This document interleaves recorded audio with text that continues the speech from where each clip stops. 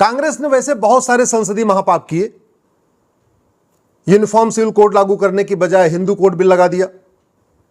Supreme court का साहबानों पर फैसला आया सबको गुजारा भत्ता मिलना चाहिए, तो बाकायदा उस फैसले को पलट दिया कानून बना के। अयोध्या काशी मथुरा की मुक्ति का जब आह्वान किया गया, लोगों ने कहा अयोध्या काशी मथुरा मुक्त करो, तो 1991 में प्लेसेस ऑफ वर्शिप एक्ट बना दिया। हिंदू जैन बौद्ध सिख को आपस में बांटने के लिए और मुस्लिम और क्रिश्चियंस को फायदा पहुंचाने के लिए 1992 में माइनॉरिटी कमीशन एक्ट बना दिया। 1995 में जो सबसे बड़ा पाप किया वो था वक्फ एक्ट, उससे भी पेट नहीं भरा। 2004 में माइनॉरिटी एजुकेशन एक्ट बना दिया। 2010 में देश विरोधी एनजीओज को फंडिंग कराने के लिए एफसीआरए कानून बना दिया। जब राइट टू एजुकेशन एक्ट बना था तो मदरसा और missionary school right to education के दायरे में आते थे। 2012 में कानून बना के मदरसा मिशनरी स्कूल को भी बाहर कर दिया। तो बहुत सारे अनगिनत महापाप किए, लेकिन एक जो सबसे बड़ा महापाप जिसको मैं मानता हूं वो है वक्फ एक्ट। इतना खतरनाक कानून किसी इस्लामिक कंट्री में भी नहीं है। ईरान, इराक और पाकिस्तान, अफगानिस्तान, बांग्लादेश में भी ऐसा कानून नहीं है कि जहां एक वक्फ बोर्ड बना हो और जहां वो उंगली रखे वो जमीन वक्फ की हो जाएगी। इतना खतरनाक कानून, संविधान की धज्जियां उड़ा दिया ये कानून बनाने में। ऐसा वक्फ एक्ट जैसा कानून न हिंदू के लिए है, न जैन के लिए है, न बौद्ध के लिए है, न सिख के लिए है, न पारसी के लिए, न ईसाई के लिए, किसी के लिए नहीं है। केवल एक कम्युनिटी के लिए, मुस्लिम कम्युनिटी के लिए। और इसी कानून का दुरुपयोग करके वक्फ बोर्ड भारत में रेलवे और डिफेंस के बाद सबसे ज्यादा प्रॉपर्टी का मालिक बन गया है। सबसे ज्यादा प्रॉपर्टी इस समय रेलवे और डिफेंस के बाद वक्फ बोर्ड के पास है। इतनी पावर दे दिया है कि अगर वो सुप्रीम कोर्ट के कंपाउंड पे अपना दावा ठोक दे तो सुप्रीम कोर्ट के रजिस्ट्रार जनरल कोर्ट नहीं जा सकते, बल्कि उनको भी वक्फ बोर्ड के सामने पेश होना पड़ेगा। अगर वक्फ बोर्ड राष्ट्रपति भवन का जो मुगल गार्डन था उसको कह दे ये वक्फी प्रॉपर्टी है, तो राष्ट्रपति भवन के अधिकारी कोर्ट नहीं जा सकते उसके नोटिस के खिलाफ, उनको भी वक्फ बोर्ड के सामने पेश होना पड़ेगा। इतना पावरफुल है। इस कानून को मैंने दिल्ली हाई कोर्ट में चैलेंज किया है। केंद्र सरकार ने यह बताया है कि अब पूरे देश में 120 पीआईएल आ चुकी है। इसके लिए मैं इस देश के जागरूक हिंदुओं को धन्यवाद देता हूं। हिंदू का मतलब हिंदू, जैन, बौद्ध, सिख, जिन्होंने भी 120 पीआईएल फाइल किया। मुझे सबके बारे में नहीं पता किसने किसने पीआईएल फाइल किया, लेकिन जिसने भी कानून के खिलाफ पीआईएल फाइल किया उन सबको मैं धन्यवाद देता हूं कि कम से कम इस घटिया कानून के खिलाफ पूरे देश में 120 पिटीशन आ चुके हैं।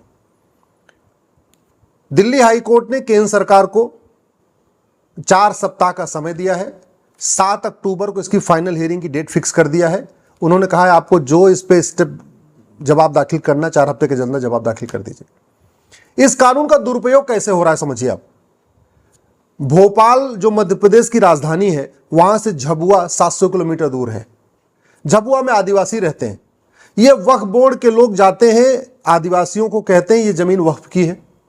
वो झाबुआ का आदिवासी जिसने कभी अपनी झाबुआ की लोकल कोर्ट नहीं देखा है, भोपाल तो उसके लिए बहुत सपना है, उसको कहते हैं भाई ये वक्फ बोर्ड की जमीन है, इसको खाली करो, और नहीं खाली करना है तो कन्वर्ट हो जाओ, और अगर नहीं खाली करना है तो भोपाल आके जवाब दो। तो मजबूरी में आदिवासी क्या करे, अपनी जमीन बचाने के लिए कन्वर्ट हो जाता है। इस तरीके से कन्वर्जन का खेल चल रहा है। यह वक्फ बोर्ड एक दूसरा और काम भी करता है।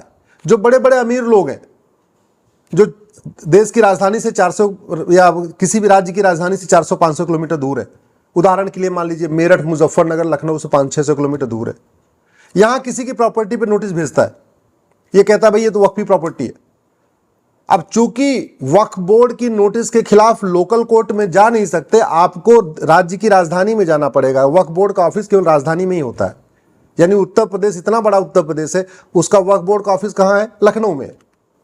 अब मेरठ मुजफ्फरनगर वाला सोचता है कि भाई 10 बार जाके हम वहां लखनऊ जाएं, तारीख पे तारीख लें, इससे अच्छा 10-5 लाख रुपए देकर मामला सल्टा दीजिए। तो ये एक तरीके से एक्सटॉर्शन का भी काम कर रहा है। सबसे बड़ी समस्या आ रही है जो पब्लिक लैंड है, यानी जैसे गाय का चारागाह होता है, खेल का मैदान होता है, पार्क होता है, ऊसर जमीन है, बंजर जमीन है, इस तरीके की जो पब्लिक लैंड होती है, जो किसी के नाम पे नहीं होती, उसको सरकार का नियंत्रण होता है। ऐसी जमीनों पे वक्फ बोर्ड कब्जा करता है। अब ये जो लेखपाल पटवारी के पास कहाँ इतना आए कि जाके लखनऊ में उसका जवाब देते रहेंगे। उस पर कब्जा कर लेता है, बोर्ड लगा देता है, ये वक्फ बोर्ड की जमीन है, बस हो गया, उसका काम हो गया, जवाब देते रहो। नोटिस भेजने के पहले उसको कोई जांच भी नहीं करना है। इतनी पावर है कि जिसको मन चाहे उसको नोटिस भेज दे। और सबसे बड़ी बात, जो वक्फ बोर्ड में पूरा जो ट्रिब्यूनल, उसका कॉम्बिनेशन कैसा है? एक सांसद उसमें होगा, वो भी मुस्लिम, विधायक होगा वो भी मुस्लिम, एक एडवोकेट होगा वो भी मुस्लिम, एक उसमें स्कॉलर होगा, मुतवल्ली होगा, स्वाभाविक सी बात है मुस्लिम होगा, एक उसमें आईएएस होगा वो भी मुस्लिम होगा, और एक जुडिशियल मेंबर होगा वो भी मुस्लिम होगा। यानी 7 के 7 मेंबर इसके अंदर मुस्लिम होते हैं। सोचिए जरा, ऐसा कानून कांग्रेस ने 1995 में बनाया था। मैं केंद्र सरकार से रिक्वेस्ट करता हूं, इस पे स्टैंड अपना क्लियर करें, इसके फाइनल हियरिंग हो।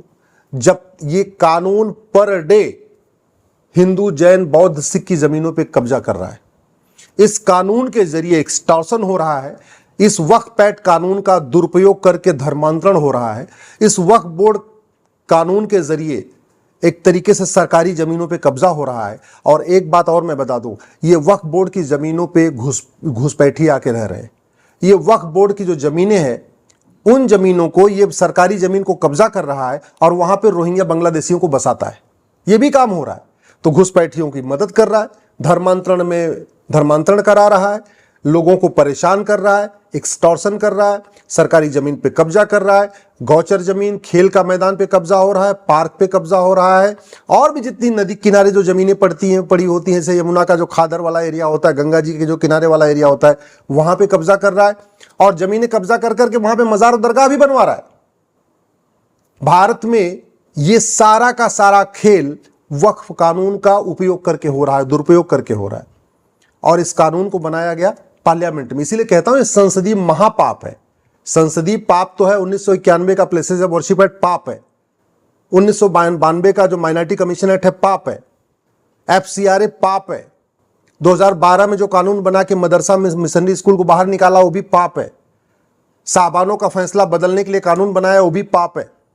लेकिन ये वक्फ एक्ट महापाप है, क्योंकि पूरी तरीके से ये भारत के संविधान की धज्जियां उड़ा रहा है। आर्टिकल 14 जो कहता है equality before law, equal protection of law, उसकी धज्जियां उड़ा रहा है। आर्टिकल 15 कहता है जो लोगों में भेदभाव नहीं करना है, वक्फ एक्ट उसकी धज्जियां उड़ा रहा है। आर्टिकल 16 जो कहता है सबको समान अवसर देना है, वक्फ बोर्ड उसकी धज्जियां उड़ा रहा है। आर्टिकल 21 कह रहा है जो राइट टू लाइफ लिबर्टी, ये वक्फ एक्ट उसकी धज्जियां उड़ा रहा है।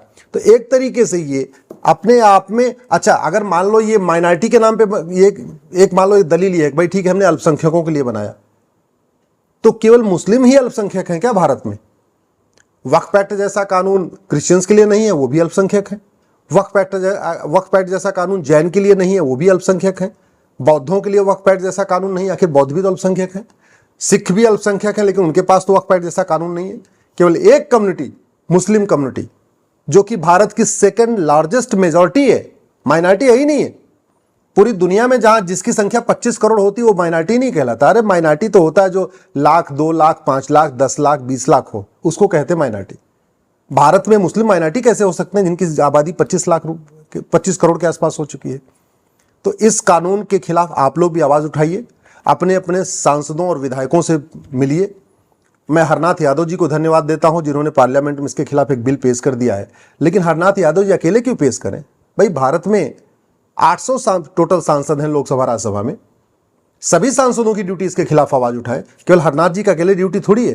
तो मैं आपसे निवेदन करता हूं, अपने सांसद और विधायक को टैग करके ट्वीट करिए, उनसे मिलिए, उनसे जो संसदीय महापाप हुए हैं, खासतौर पे जो 1995 में वक्फ एक्ट बना, इसके खिलाफ उनको संसद में आवाज उठाने के लिए उनसे रिक्वेस्ट करिए।